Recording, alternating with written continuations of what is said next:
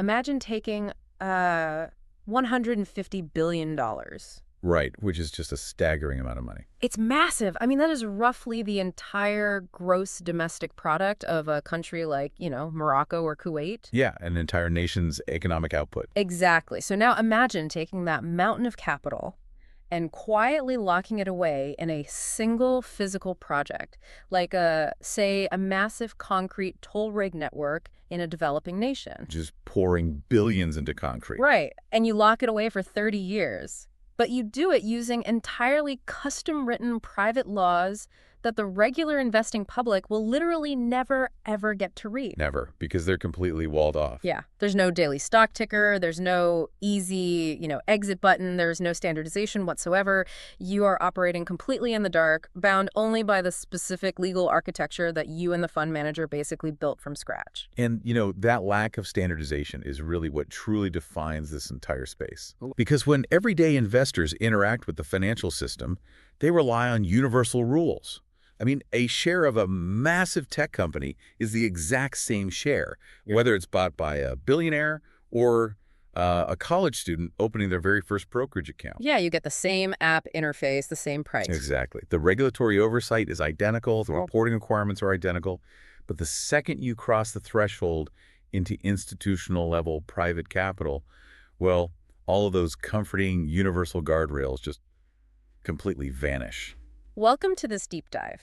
Today, we are opening up a really fascinating stack of sources. Specifically, we're looking at specialized, highly technical curriculum materials from the CFA Institute. The real heavy-duty stuff. Oh yeah, the dense stuff. And our mission today is to decode the hidden mechanics of alternative investment structures. We want to unpack the bespoke architecture that governs how the absolute largest pools of private capital on Earth are actually managed. It's a whole different world. It really is. And as we go through this, you are going to see that this is not just a conversation about, dry financial terminology. This is honestly a masterclass in human psychology, power dynamics, and the incredibly complex structural engineering required to protect mountains of money from human greed. Because the core friction here in alternative investments, and this is whether we are talking about private equity, massive real estate acquisitions, or global infrastructure, the main friction is the timeline. The lockup period. Right. These investments are highly illiquid. I mean, if you buy a public stock, you can liquidate your position in literally a millisecond if you just don't like the CEO's latest press release. Boom, sold. Yeah, sold. But in private markets, you are essentially marrying the investment. You are committing capital for a decade or more. You're locking your money in a vault and handing the combination to someone else entirely. And that creates a terrifying information gap. Think about it.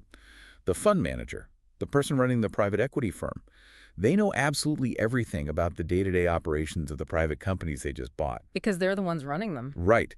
But you, the investor who actually provided the hundreds of millions of dollars, you know almost nothing. You aren't sitting in on the board meetings. You aren't seeing the daily cash flow. We're totally blind. Exactly. So to survive that kind of prolonged vulnerability, you cannot rely on off-the-shelf contracts. You need mathematically rigid, highly customized legal frameworks that force the manager's financial incentives to perfectly align with yours. Okay, let's unpack this. And I want to start right at the foundation. Because if you or I want to buy a stock, we just open an app. But institutional investors deploying hundreds of millions of dollars, they don't do that. No, absolutely not. They have to architect a very specific legal entity just to hold the money and govern the relationship. And our sources define this bedrock structure as the limited partnership. Yeah, the limited partnership is really the vehicle that makes private markets possible. In this structure, the universe is divided into two very distinct camps. Okay, break them down for us. First, you have the general partner, or the GP. This is the management firm. They are the financial architects. They source the deals, they execute the corporate buyouts, they hire and fire the CEOs of the acquired companies. So they are doing all the actual work. Yes, they make every single operational decision. But in exchange for wielding all that absolute power, the GP carries unlimited liability. Wait, unlimited liability, that is a massive detail. It's the catch. So you mean if the fund acquires, a chemical company, and that company causes a catastrophic environmental disaster and gets sued for billions of dollars? The GP's on the hook. The GP's own firm, their own assets are potentially on the line. Exactly. And that unlimited liability changes the entire psychological profile of the manager. It forces this level of operational paranoia and due diligence because the buck stops entirely with them. They can't hide behind a corporate shield. Right. Now, across the table, you have the second camp. The limited partners, or LPs. These are your pension funds, massive university endowments, philanthropic foundations, sovereign wealth funds. People with the actual money. Yes, they bring the actual capital to the table. But they don't get to drive the car. They are legally forbidden from driving the car. Wow. In exchange for the safety of limited liability, which means the absolute worst-case scenario is they only lose the money they originally put in, but they can't be sued for additional damages. The LPs must remain strictly passive. So they just sit back and watch. Right. Because if an LP starts calling up the CEO of a portfolio company and giving operational orders, they risk legally blowing up their limited liability status. It makes me think of like a high-end restaurant venture. Okay, I like that. So the LPs are the wealthy, silent financial backers. You know, they bought the building, they funded the state-of-the-art kitchen, they paid for the initial massive order of truffles and Wagyu beef. The deep pocket. Exactly. But the GP is the executive head chef. The chef completely controls the menu. They hire the sous chefs. And ultimately, they take the screaming heat from the health inspector if things go completely wrong. Right. The chef takes the blame. The financial backers can't just barge into the kitchen during the Friday dinner rush and start aggressively adjusting the seasoning in the soup. They have to stay out in the dining room. That is a very apt way to look at it. The backers must completely trust the chef. However, sophisticated institutional investors do not simply hand over a $200 million blank check on pure blind trust. No, they'd be crazy to do that. Right. So boundaries of the kitchen, the exact definition of what the chef is allowed to cook, and precisely how the profits from the restaurant will be divided, all of that is codified in a massive foundational document called the Limited Partnership Agreement, or the LPA. And the sources draw a very sharp contrast here, because if a listener buys a public corporate bond, there is a governing document called a bond indenture, and it is entirely standardized. Totally boilerplate. Right. Every single person who buys that bond, whether it's a retail investor or a billionaire, gets the exact same terms. But the LPA is a totally custom-built sandbox. It's entirely bespoke. It establishes the investment criteria. Like, can the manager buy risky technology startups or only mature, boring manufacturing plants? And it sets the leverage limits. Yeah, how much debt can the manager take on?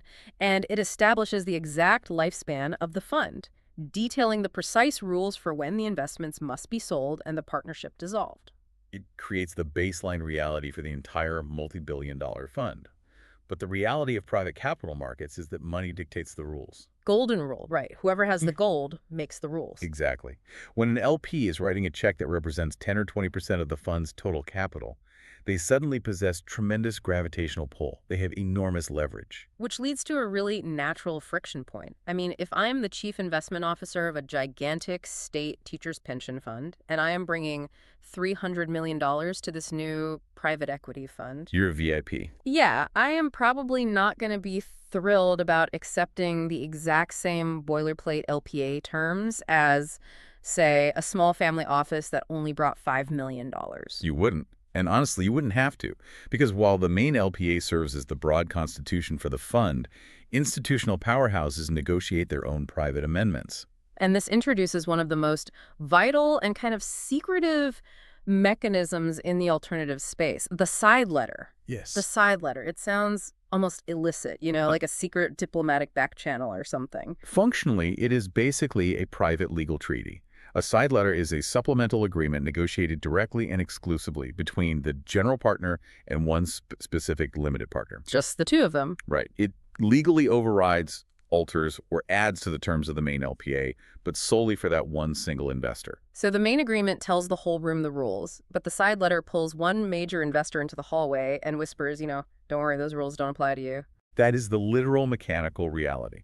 And it exists because massive pools of capital often have extremely specific, unyielding mandates. Like what kind of mandates? Well, the sources highlight that a side letter might grant something called an excusal right. This is the legal authority for an LP to look at a specific deal the GP wants to make and simply say, no, I am opting out of this one and you cannot force me to fund it. But why would an LP need that? If they already trust the GP to find profitable deals, why demand the right to just arbitrarily opt out of a specific purchase? Often it comes down to complex regulatory or tax constraints rather than the financial merits of the deal itself. Oh, interesting. Yeah. Imagine a massive foreign sovereign wealth fund investing in a U.S.-based infrastructure fund. The sovereign wealth fund might have a strict mandate or face severe regulatory penalties if they end up holding a controlling stake in certain types of critical domestic assets. Oh, like telecommunications infrastructure. Because foreign ownership of telecom lines usually triggers national security reviews. Exactly. So if the GP decides the fund's next great acquisition is a major fiber optic network, the normal LPA would legally obligate every single investor to send their portion of the capital to fund that buyout. And if you don't send the cash, you default. Right, which is disastrous. But our sovereign wealth fund holds a side letter with an excusal right specifically for telecommunications. So when the capital call comes in, they trigger the side letter. They just pull the ripcord. Yeah. They are legally excused from participating. They keep their money. They don't share in the profits or losses of that specific fiber optic network. And the GP just funds the acquisition using all the other LP's capital. That is a staggering level of customized control. And the sources point out that side letters aren't just for excusal rights. No, they cover a lot of ground. They can grant an LP a first right of refusal to buy other investors' stakes if someone tries to sell early. They can demand enhanced, highly detailed monthly reporting that the rest of the investors don't even get to see. They can even negotiate a totally customized discounted management fee. They get the VIP discount. But thinking about this from the perspective of an investor, if I am an LP and I know for an absolute fact that the GP is sitting in closed-door meetings, secretly handing out all these incredible bespoke perks to other investors, how do I sleep at night? It would drive you crazy. Yeah. How do I ensure I'm not the sucker in the room getting the absolute worst deal? What's fascinating here is how the legal architecture actually anticipates and neutralizes that exact institutional paranoia. Okay, how? The savviest LPs protect themselves from being out-negotiated by using something called a most favored nation clause. Most favored nation, MFN. That terminology is pulled straight out of international trade treaties, isn't it? Borrowed directly from it and applied to private finance. If an LP negotiates an MFN clause into their side letter, it acts as an automatic legal tripwire. A tripwire. Right. It dictates that if the GP ever grants a sweeter deal, a lower fee, or a more favorable legal term to any other investor in the fund at any point in the future, the LP holding the MFN clause automatically and instantly receives the right to claim those exact same favorable terms for themselves. Oh, that is brilliant. It's an automatic VIP upgrade guarantee. Exactly. So if I am a pension fund and I secure an MFN, I don't even have to know what you, the sovereign wealth fund, are secretly negotiating. You don't have to lift a finger. If you push the GP to give you highly detailed, line-by-line, granular cash flow reports every Friday morning, my MFN triggers behind the scenes, and suddenly the GP is legally obligated to start sending me those exact same Friday morning reports too. It creates a tremendous leveling effect among the heavyweight investors. It prevents the GP from quietly handing out the absolute best privileges to the newest, latest investors just to lure their capital in, while leaving the early, loyal investors stuck with inferior terms. That makes total sense. Of course, GPs absolutely hate MFNs because it means one concession to one investor suddenly cascades across the entire fund, costing them time and, frankly, money. So we have this incredibly dense, highly negotiated legal armor. LPs, GPs, LPAs, side letters, excusal rights, MFN tripwires. It is a massive amount of friction just to set up the rules of engagement. It's a heavy lift. But since these institutions are demanding such bespoke, ironclad legal frameworks, what exactly are they building together that justifies all this effort? They are quite literally building the physical world around us. Which brings us to the actual deployment of alternative capital into specialized structures, specifically in the realm of global infrastructure. We aren't just talking about buying up software startups in Silicon Valley anymore. No, we are talking about funding physical reality. Right, because when we look at the sources, they dedicate a massive amount of analysis to public-private partnerships, or PPPs.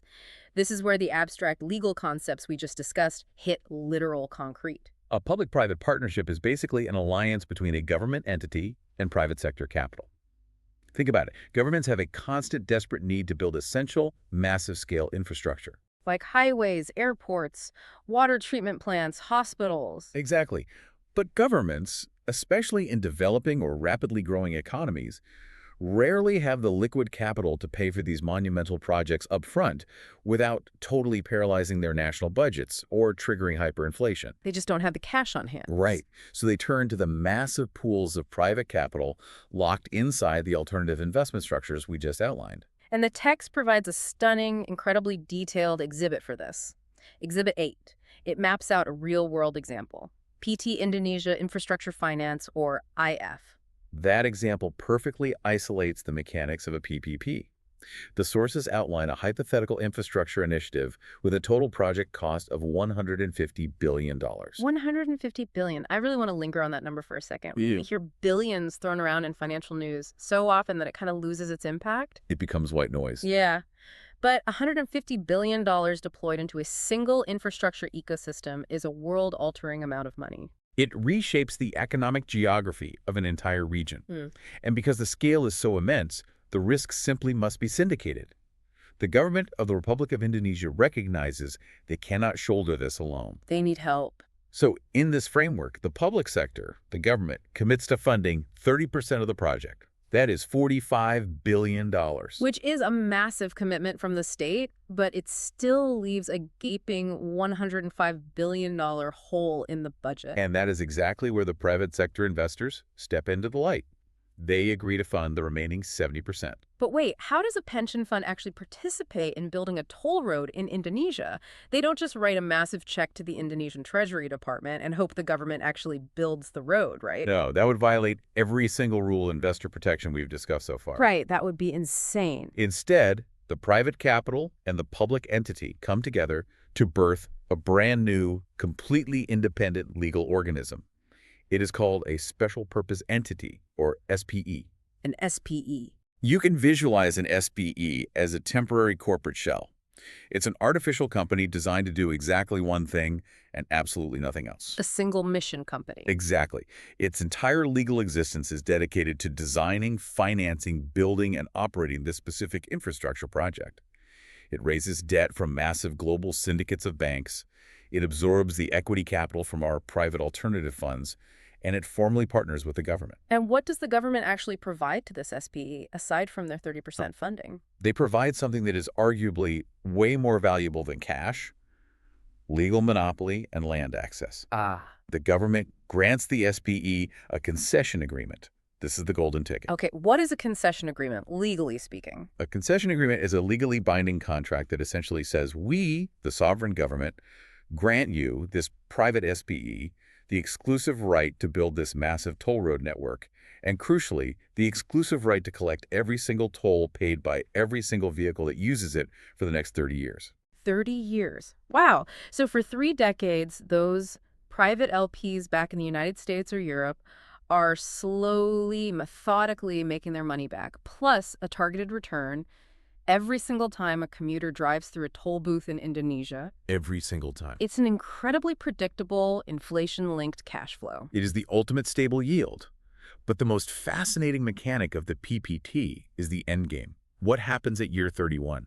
What happens when the concession agreement finally expires? The sources are very clear on this, and it's wild.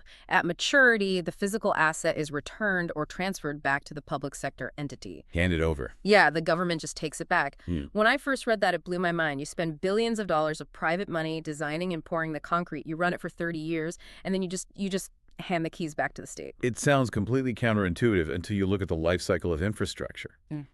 The private investors, the pension funds, they have absolutely no desire to own a 30-year-old, heavily degraded concrete asset in perpetuity. Because things break down.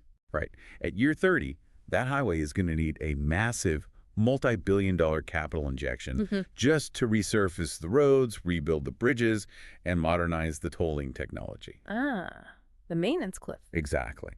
The private investors want the prime, highly profitable operational years of the asset. They extract their target return during the monopoly period.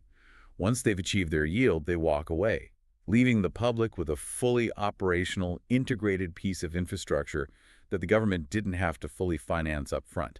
It's a highly engineered trade-off, really. The private sector trades capital for time, and the public sector trades time for infrastructure. It is a brilliant structure. It is. But it raises a really glaring problem for an investor.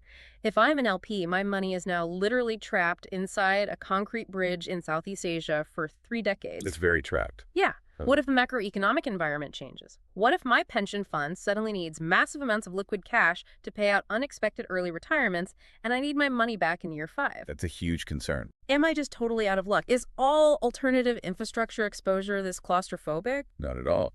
And the CFA curriculum explicitly addresses this liquidity spectrum. While the massive direct PPPs are heavily illiquid, the financial industry has engineered parallel structures that offer exposure to alternative assets without the 30-year prison sentence. Okay, what's an example? The most prominent example is the Master Limited Partnership, or MLP. Okay, we talked about standard limited partnerships earlier. How does a master limited partnership change the game? Operationally, an MLP looks very similar to the private funds we've been discussing. You have a management entity running the show, and you have investors who provide the capital. Though in an MLP, they're actually called unit holders rather than limited partners. Unit holders, okay. But MLPs are heavily utilized in the energy sector, specifically for things like massive natural resource pipelines, or sometimes in real estate. But the critical defining difference here is liquidity. Liquidity meaning I can actually sell my position. Exactly. Yeah. Unlike a private equity fund that's locked up for 10 years, the units of an MLP are generally listed and traded on public stock exchanges. So as an investor, I can get the underlying economic exposure to alternative real-world assets like, owning a fractional piece of a massive oil pipeline stretching across the country, collecting a yield on the volume flowing through You it. get the yield, yes. But if I suddenly need cash on a random Tuesday afternoon, I can pull out my phone, hit sell, and liquidate my pipeline exposure just like I was selling a share of a tech stock. Precisely. And the exact same structural logic applies to real estate investment trusts, or REITs. Oh, right, REITs. The REIT allows you to buy publicly traded shares in a company that owns and manages income-producing real estate. Skyscrapers, shopping malls, apartment complexes. You get the alternative asset exposure, Yeah. but with public market liquidity. It sounds like the perfect compromise. I mean, why wouldn't every single institutional investor just use MLPs and REITs instead of locking their money in 30-year Indonesian toll roads? Because in finance, there is absolutely no free lunch. Liquidity has a price. The premium. Right. When an asset is publicly traded, its price is highly correlated with the broader stock market, which introduces daily volatility. But more importantly, because MLPs and REITs are accessible to everyone, the returns are generally lower. Because there's more competition for them. Exactly. If you want the absolute highest returns, the true market-beating alpha that a $70 billion endowment actually requires to meet its targets, you have to capture the illiquidity premium. You have to be willing to lock your money away in the dark, complex private structures where the competition is lower and the potential yields are massively higher. Which brings us to a major pivot point in our deep dive today. Whether that capital is locked in a concrete bridge for 30 years or flowing through a publicly traded MLP, the architects running these massive structures, the general partners, expect to be compensated. Compensated is putting it mildly. Right. I mean, they get extremely wealthy. But how they extract their wealth from these structures is arguably the most fiercely negotiated, cleverly engineered, and heavily defended part of the entire private capital ecosystem. Oh, without a doubt. Which leads us directly into the mechanics of compensation, because you don't manage $100 billion for free. No, you definitely don't. To understand the compensation architecture in alternative investments, you have to realize that the GP's revenue is strictly segregated into two completely different conceptual buckets. Bucket 1 and bucket 2. Yes. Bucket number 1 is the fee required simply to keep the lights on and the staff paid. Bucket number 2 is the massive reward for actually generating a profit. So let's start with the baseline, keeping the lights on. The management fee. The sources state this is typically 1 to 2% annually. Very standard. Now, 2% might sound like a rounding error to a retail investor, but if you are a GP managing a $5 billion private equity fund, a 2% management fee is $100 million. Every single year. Every year, regardless of whether the investments go up or down.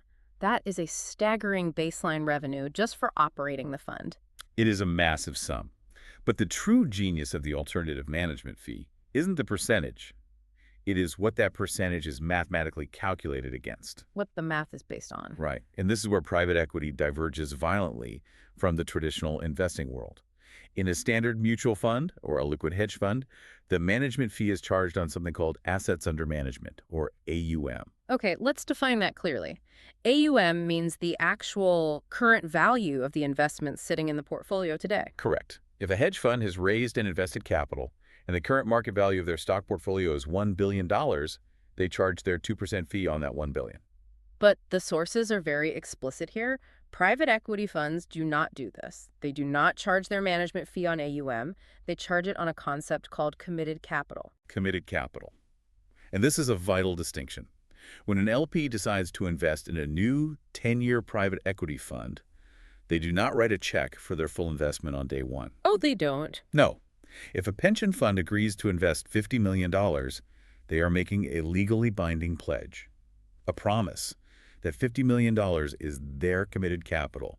So the actual money stays in the pension fund's own bank account. Exactly. It stays with the LP. The GP only asks for the cash when they have actually found a company they want to buy. The GP will call the LP and say, "We found a great manufacturing firm to acquire. Send us $5 million of your pledged $50 million." Okay, and that process is called a drawdown. Yes, a drawdown. And the drawdown period usually lasts the first 3 to 5 years of the fund's life. Okay, I'm going to stop you right there, because when I was reading this section, I had to read it 3 times to make sure I wasn't misunderstanding it. It trips a lot of people up. If I am an LP, I pledge $50 million. But over the first year, the GP only calls down $5 million to actually invest. But the text says the GP charges their 2% management fee on the entire $50 million of committed capital right from the very beginning. Yes, from day one. If I am an investor, my head is exploding.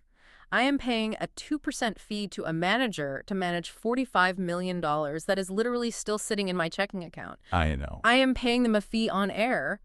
How on earth did LPs ever agree to a structure that is seemingly so absurdly favorable to the manager? I know it sounds like a complete scam on the surface. Yeah. But if you dig into the behavioral psychology of finance, charging fees on committed capital is actually a brilliant defensive mechanism. It's designed entirely to protect you, the investor. Protect me by charging me more. How? Let's run a thought experiment. Imagine we change the rules. Imagine you force the GP to only charge their 2% fee on invested capital, the money they have actually drawn down and deployed into deals. What is the immediate, overriding psychological motivation for that GP on day one of the fund? Oh, they want to get paid, so their motivation is to spend the money as fast as humanly possible. Exactly. You have just created a catastrophic incentive to rush to spend. Picture a GP sitting in an expensive Manhattan office. They have analysts to pay, lawyers to pay, rent to pay. Give us massive overhead. Right. If they only earn fees on invested capital, they are basically starving. They will look at their pipeline of potential acquisitions, panic that they aren't generating revenue, and they will start blindly deploying your capital into terrible, overvalued, low-quality companies just to get the money out the door so they can start charging their fee on it. Wow. So by agreeing to pay the fee based on the total promised amount, the committed capital, you are effectively paying the manager a massive premium to just sit on their hands and be patient. You are paying for disciplined capital deployment. Because the GP already has their guaranteed baseline income locked in based on the total commitment, the pressure is completely off. They can afford to spend 18 months meticulously hunting for the absolute perfect, deeply undervalued acquisition rather than panic buying the first mediocre company that crosses their desk. That completely flips my understanding of it. It is an insurance policy against managerial impatience. Precisely. And the sources point out a second, equally dangerous conflict of interest that committed capital solves. It has to do with how things are valued. The valuation problem. Right, because if I own a mutual fund filled with public stocks, the New York Stock Exchange tells me exactly what those stocks are worth every single second of the day. But in private equity, you are buying private companies. There is no ticker symbol. There is no independent, real-time market price. If the GP buys a regional logistics company, who decides what that private company is currently worth a year later?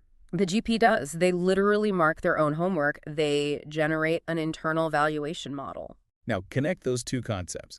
If you force the GP to charge their management fee based on the current value of the assets, the AUM in the GP is the one who internally determines the value of those assets. Yeah.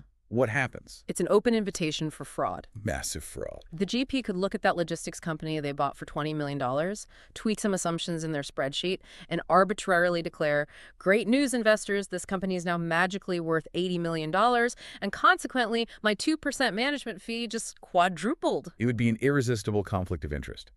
Paying fees based on an internally generated, arbitrary AUM value in private illiquid markets is just a recipe for massively inflated valuations. So tying it to committed capital prevents that. Yes, tying the management fee strictly to the static, unchangeable number of committed capital elegantly solves both the rush to spend problem and the fake valuation problem simultaneously. The math is fixed. The incentives are sterilized. Okay, so the management fee keeps the lights on, prevents reckless spending, and removes the incentive to fake the numbers. But nobody gets into alternative investments just to earn a 2% management fee. The true billionaires in this industry make their money from the second bucket, the performance fee. Yes, the performance fee. Historically, this is referred to as carried interest, or simply the incentive fee. This is the absolute engine of wealth creation in alternatives. Typically, the GP demands 20% of the overall profits generated by the fund. But the LPs do not just hand over 20% of the profits from dollar one, they set up obstacles. And this leads us to the core of performance compensation, the hurdle rate. The hurdle rate is basically a financial barricade. The LPs essentially tell a manager, look, we are locking our money up for a decade. If we just wanted a basic return, we could have put our billions into a public S&P 500 index fund and done nothing. Right. We don't need you for an average return. Exactly. If you want a 20% cut of our profits, you have to prove your worth. You have to beat a specific baseline return first. Let's say that baseline, the hurdle rate, is set at an 8% return. Okay, an 8% hurdle. But the CFA text breaks this down into two very different structural implementations, a hard hurdle and a soft hurdle. The difference is night and day. And the difference in how the math flows is absolutely critical. I want to walk through this using clear, concrete numbers so we can really see the impact on the manager's wallet. Let's set up a scenario. Let's do it. Walk me through it. Imagine a fund has a spectacular run. The investments are sold, the dust settles, and the fund has generated exactly $100 million in pure profit. Okay, 100 million. Our hurdle rate is 8%, which in the simple example translates to the first $8 million of profit. And the GP's performance fee is standard, 20%. Let's look at scenario A, the hard hurdle. How does the cash flow work there? In a hard hurdle structure, the hurdle acts as a permanent floor. The GP is only ever allowed to calculate their 20% fee on the profits that exist above and beyond that 8% baseline. So out of the $100 million in total profit, the LP immediately takes their $8 million hurdle. That money is safe. That leaves $92 million of excess profit sitting on the table. Correct. The GP is then entitled to take their 20% cut, but only from that remaining $92 million. So 20% of $92 million is $18.4 million. The LP gets everything else. The GP walks away with $18.4 million. It's a massive payday, but the math is very linear. It is linear, and it heavily protects the LP's upside. The GP is strictly penalized for the hurdle. But now let's explore scenario B, the soft hurdle, paired with a mechanism called a catch-up clause. This is where the structural engineering becomes fiercely aggressive. Okay, I was looking at this, and the catch-up clause feels like a financial slingshot. Let's run that exact same $100 million profit through the soft hurdle. Under a soft hurdle with a catch-up, the sequence of who gets the next dollar completely mutates once the initial hurdle is crossed. Step 1 remains exactly the same. The LP must get their safe 8% return first.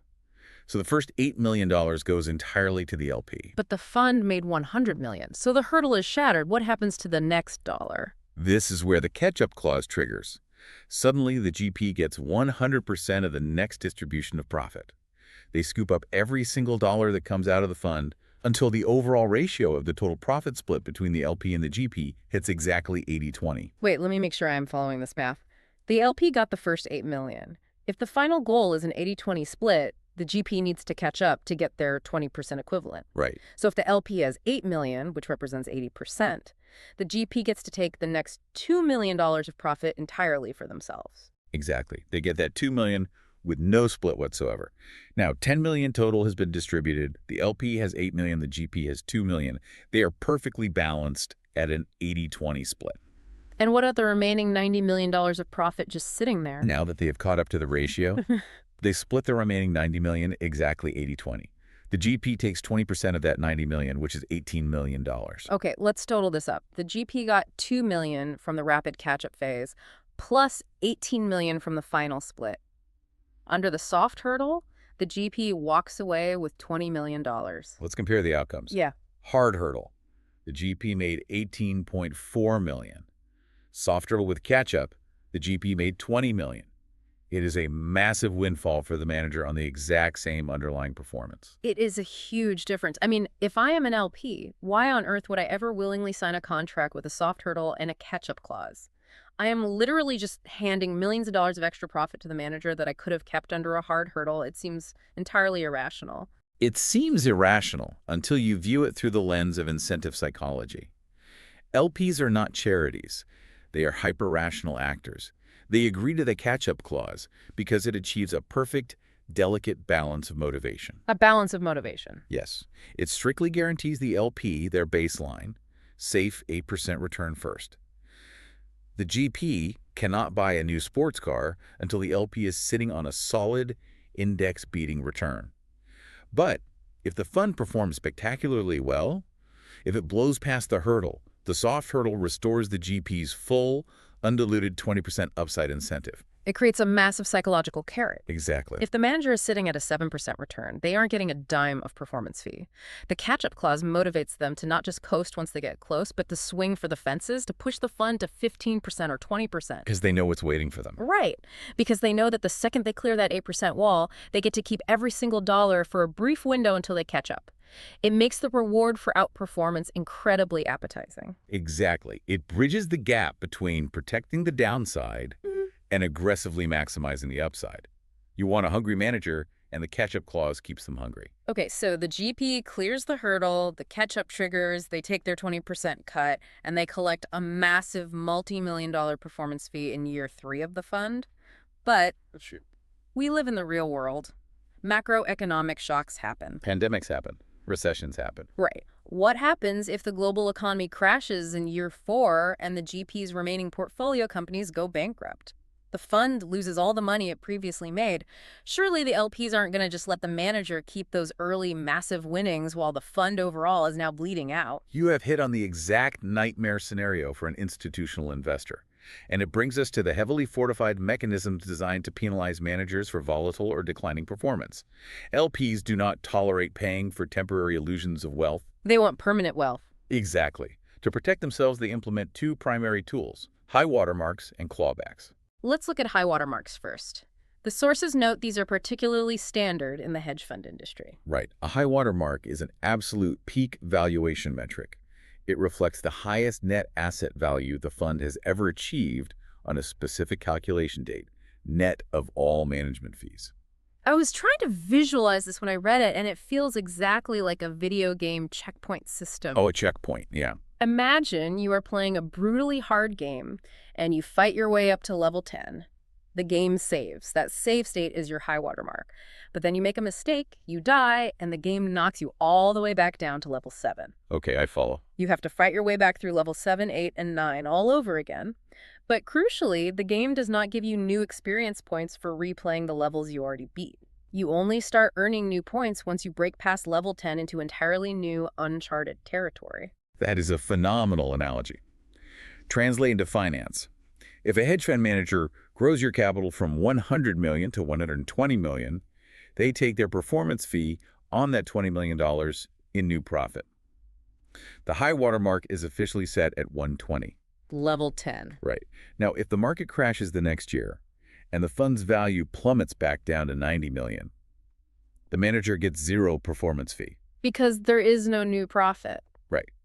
But more importantly, if the manager spends the next year grinding the fund back up from $90 million to $110 million, they still charge exactly 0 performance fees on that $20 million recovery. Because they are just recovering ground, they already got paid for taking. They don't get paid twice for the same return. The high water mark literally starves the manager of performance fees until they break past that historical peak of $120 million. It forces sustained absolute performance. However, The CFA text adds a very critical caveat regarding how high water marks function in liquid hedge funds. What's the caveat? Hedge funds trade liquid assets, public stocks, derivatives. They usually calculate their performance and actually pay out the performance fees in cash at the end of every single calendar year. Every year. Yeah. Once that cash is paid out for a profitable year, it is generally gone. If the fund suffers catastrophic losses in a subsequent year, the high water mark ensures the manager won't get future fees. But the LP usually cannot go back in time and demand the manager return the fees they already collected during the good years. The spigot is turned off going forward, but the water that already spilled out is just gone. Exactly. But what if simply turning the spigot off isn't enough? When we shift our focus back from liquid hedge funds to illiquid private equity and real estate, the entire dynamic changes. Because we aren't talking about easily priced stocks at the end of a calendar year anymore. Right. We are talking about decade-long, deeply illiquid life cycles where early profits might just be a mirage before a later collapse. And that is where the architects of these funds introduce the absolute nuclear option of investor protection, the clawback provision. The clawback. It is the most aggressive defensive posture an LP can take. Just the word itself, clawback, sounds physically painful. For a fund manager, it is financially agonizing. A clawback provision literally grants the limited partners the legal authority to reach into the general partner's pocket and forcibly take back performance fees that were previously legally paid out to them in the past if the fund's overall performance eventually drops below the required hurdles. They can actually send a legal demand letter requiring the GP to wire millions of dollars back to the fund. Yes. But understanding why a clawback is necessary and why enforcing them in reality is an absolute nightmare requires us to understand the fundamental sequence of when cash actually leaves a private equity fund. Because a clawback is really just a symptom of a deeper structural problem. Which brings us to the climax of alternative investment architecture, the mechanism known as the waterfall. The waterfall. The waterfall is the master blueprint. It is a highly detailed mathematical algorithm embedded in the LPA that dictates the strict hierarchical order in which actual cash distributions flow out of the fund and into the hands of the LPs and the GPs. And the sources emphasize that the negotiation over the waterfall is incredibly intense because it dictates the timeline of wealth. It's not just about how much the manager gets paid, but when they get paid. Precisely. And there are two fundamentally opposed philosophies on how this should work. The deal-by-deal waterfall, which is typically known as the American waterfall, and the whole-of-fund waterfall, known as the European waterfall. The history here is fascinating. It is. The historical context is vital to understand. In the early days of private equity, the legendary star managers had overwhelming leverage. Massive LPs were desperate for access to the highest performing funds, so the star GPs could dictate the terms. They forced the LPs to accept the American deal-by-deal waterfall because it was incredibly favorable to the manager's personal cash flow. Let's illustrate exactly why it is so favorable. The sources provide a highly detailed scenario to contrast these two structures. Let's walk through Exhibits 10 and 11 from the text, because the mathematical difference is just staggering. Okay, let's set the stage. We have a massive $200 million private equity fund. It has a 10-year lifespan. Over those 10 years, it acquires 8 different private companies. Now, deals 1, 2, and 3 happen early in the fund's life, and they are absolute home runs, massive profits. Great start. But then macroeconomic conditions change. Deals 4 through 8, which happen in the later years, are unmitigated disasters. They incur heavy losses. In fact, the later losses are so severe that they completely wipe out the early gains. By year 10, the total aggregate profit of the entire $200 million fund is exactly zero. Right. $200 million was drawn down and invested over the decade, and exactly $200 million was eventually returned to the LPs. The fund as a whole simply broke even. No aggregate profit whatsoever. Okay, let's look at this exact scenario through the lens of the American deal-by-deal waterfall. I will play the role of the GP here. Okay, you're the manager. It's year 2 of the fund. We just sold our very first acquisition, Deal 1, for a quick $10 million profit. Because the waterfall is deal by deal, I do not have to wait for the rest of the fund to finish. I calculate my 20% performance fee on this one specific isolated win. I take a $2 million cash payout. Nice. Next year, Deal 2 sells for a $15 million profit. I immediately take a $3 million payout, Deal 3 sells for a massive $40 million profit. I take an $8 million payout. It is only year 4, and as the GP, I have already pocketed $13 million in cold, hard cash performance fees. I am feeling like an absolute genius. You are on top of the world. You've purchased the yacht, you've bought the real estate in Aspen. But then years 5 through 10 happen. Investments 4 through 8 bleed out. The fund crashes. Over the full 10-year life cycle, the LPs barely scrape back their initial $200 million with zero overall profit. Exactly. Because the fund broke even overall, the mathematical reality is that you, the GP, were never actually entitled to any aggregate performance fees. But under the deal-by-deal waterfall, you already extracted $13 million out of the fund years ago. And this is exactly the scenario where the clawback provision activates. This is ground zero for a clawback.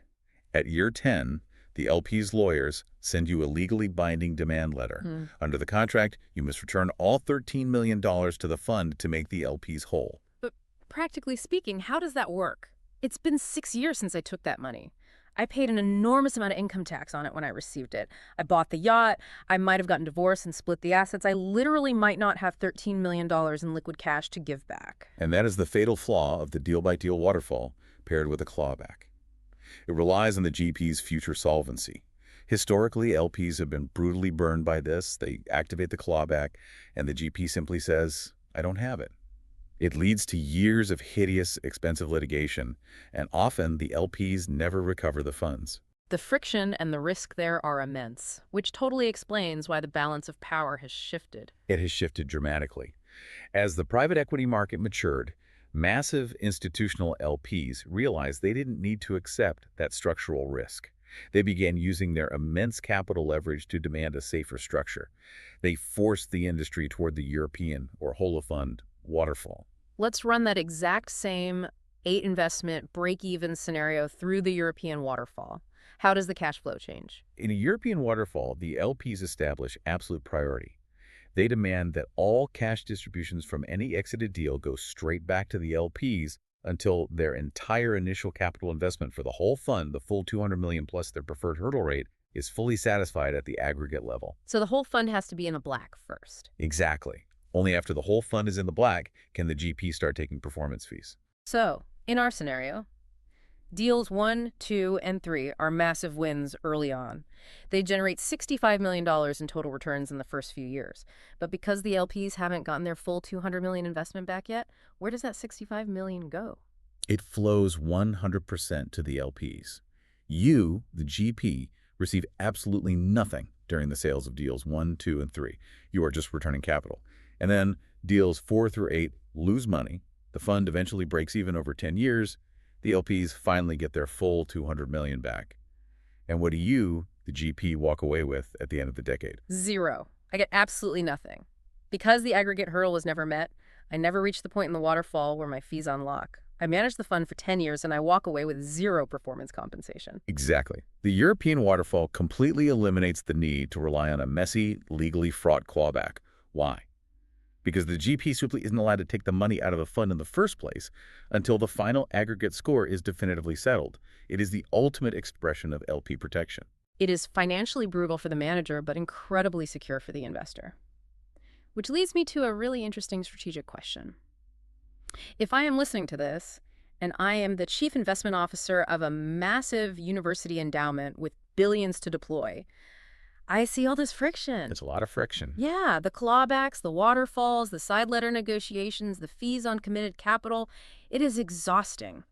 How do I bypass this? If I want the absolute maximum control over my alternative investments, do I just resign myself to being a passive LP in a massive blind pool fund and hope the European waterfall protects me? You don't have to. The practice questions in the CFA text actually highlight a clear hierarchy of control for sophisticated investors. The standard LP route pure fund investing is at the very bottom of this hierarchy. It offers the least control. You are totally passive, you pay the highest aggregate fees, and you just let the GP drive the car. Well, what if I want to grab the steering wheel? And then you move up the hierarchy to direct investing. Direct investing. Which means completely bypassing the GP entirely. I just take my endowment's money and I buy the private company myself. Yes, that offers the absolute maximum control, maximum flexibility, and you pay exactly zero management or performance fees to an outside GP. Well, it sounds perfect. I mean, why wouldn't every massive pension fund just do that? Because the operational reality is staggering. To execute direct investing successfully, an LP must essentially build their own internal private equity firm. A pension fund isn't inherently equipped to negotiate corporate buyouts. They're just managing pensions. Right. They would have to hire an army of 50 specialized M&A analysts, elite corporate lawyers, and industry experts. They have to source the deals, conduct the due diligence, and actively manage the acquired companies. The sheer overhead and internal expertise required makes it impossible for all but the absolute largest, most sophisticated sovereign wealth funds or massive endowments. It's the difference between hiring a contractor to build your house versus deciding to buy an excavator and pour the concrete yourself. The contractor charges a massive premium, but they know how to actually pour concrete. Precisely, which is why there is a very popular middle ground. The text outlines a hybrid approach called co-investing. Co-investing, we haven't touched on this much, but it seems like a very strategic, structural compromise. How does it actually work? In a co-investment structure, you still commit capital to the GP's main fund as a normal LP. But you also negotiate a specific side agreement that grants you the right to make additional direct investments alongside the GP into specific portfolio companies. But why would a GP ever allow that? If the GP finds a great company to buy, why would they let me, the LP, invest directly alongside them instead of just putting all the capital through the main fund where the GP can charge fees on it? Usually it comes down to scale and concentration limits. Imagine the GP's main fund is $2 billion. Their LPA might have a strict risk management rule that forbids them from putting more than 10% of the fund, $200 million, into any single company. But the GP finds an incredible acquisition target that requires $400 million in equity. They want to control the deal, but the fund legally can't write a check that big. Ah, so they have a massive capital shortfall for this specific deal. Exactly. So the GP calls up their largest, most trusted LPs and says, "We are putting $200 million from the main fund into this deal. We need another $200 million to close it. Do you want to co-invest directly alongside us?" The LPs get to review that specific deal. If they like it, they wire the money directly. And the beauty for the LP is that they're leveraging the GP's deal sourcing and due diligence expertise, but they typically don't pay the massive 2% and 20% fees on the co-invested portion of the capital. Exactly. Co-investing offers a tremendous blend. You get targeted control over specific assets, you lower your blended fee rate, but you don't have to hire 50 M&A analysts to do it. So if we rank them by desirability for an investor seeking control, direct investing is the ultimate goal. Co-investing is the powerful middle ground, and pure fund investing is the passive baseline. Which perfectly synthesizes the massive journey we have been on today. We started by looking at the landscape of alternative investments as a completely blank plot of land, requiring absolutely custom architecture to survive the darkness of illiquidity. We covered a lot of ground. We did, and we have seen exactly what that architecture looks like. The side letters granting surgical opt-outs, the MFN tripwires preventing backdoor deals, the management fees charged on committed capital to physically prevent reckless, panic-driven acquisitions. And the performance side, too. Yes, the catch-up clauses, that slingshot manager motivation, the high watermarks and aggressive clawbacks, and the shift toward rigidly engineered European waterfalls to ensure the manager doesn't get rich while the fund bleeds out. None of this is just abstract financial jargon. Every single clause, every mathematical formula in the waterfall exists for a deeply human reason.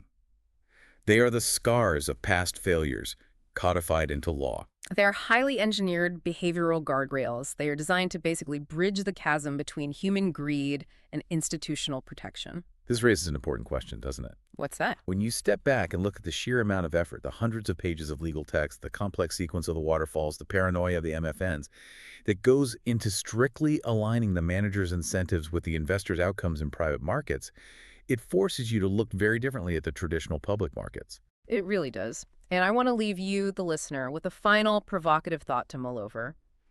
In these high-stakes private markets, the smartest money in the world, the multi-billion-dollar endowments, the sovereign wealth funds, they refuse to hand over a single dollar without excusal rights, high water marks, clawbacks, and strictly engineered European waterfalls to ensure the managers literally cannot get paid unless they truly deliver long-term aggregate value. They demand proof of value. Right. So, if these customized, aggressively protective, paranoid structures are what it takes to keep incentives honest when the absolute smartest money is playing the game, what does that say about the completely standardized, inflexible, off-the-shelf fee structures we blindly accept every single day in our regular retail investment accounts? A very unsettling question to end on. It is. Thank you for joining us on this deep dive into the hidden architecture of capital. We will see you next time.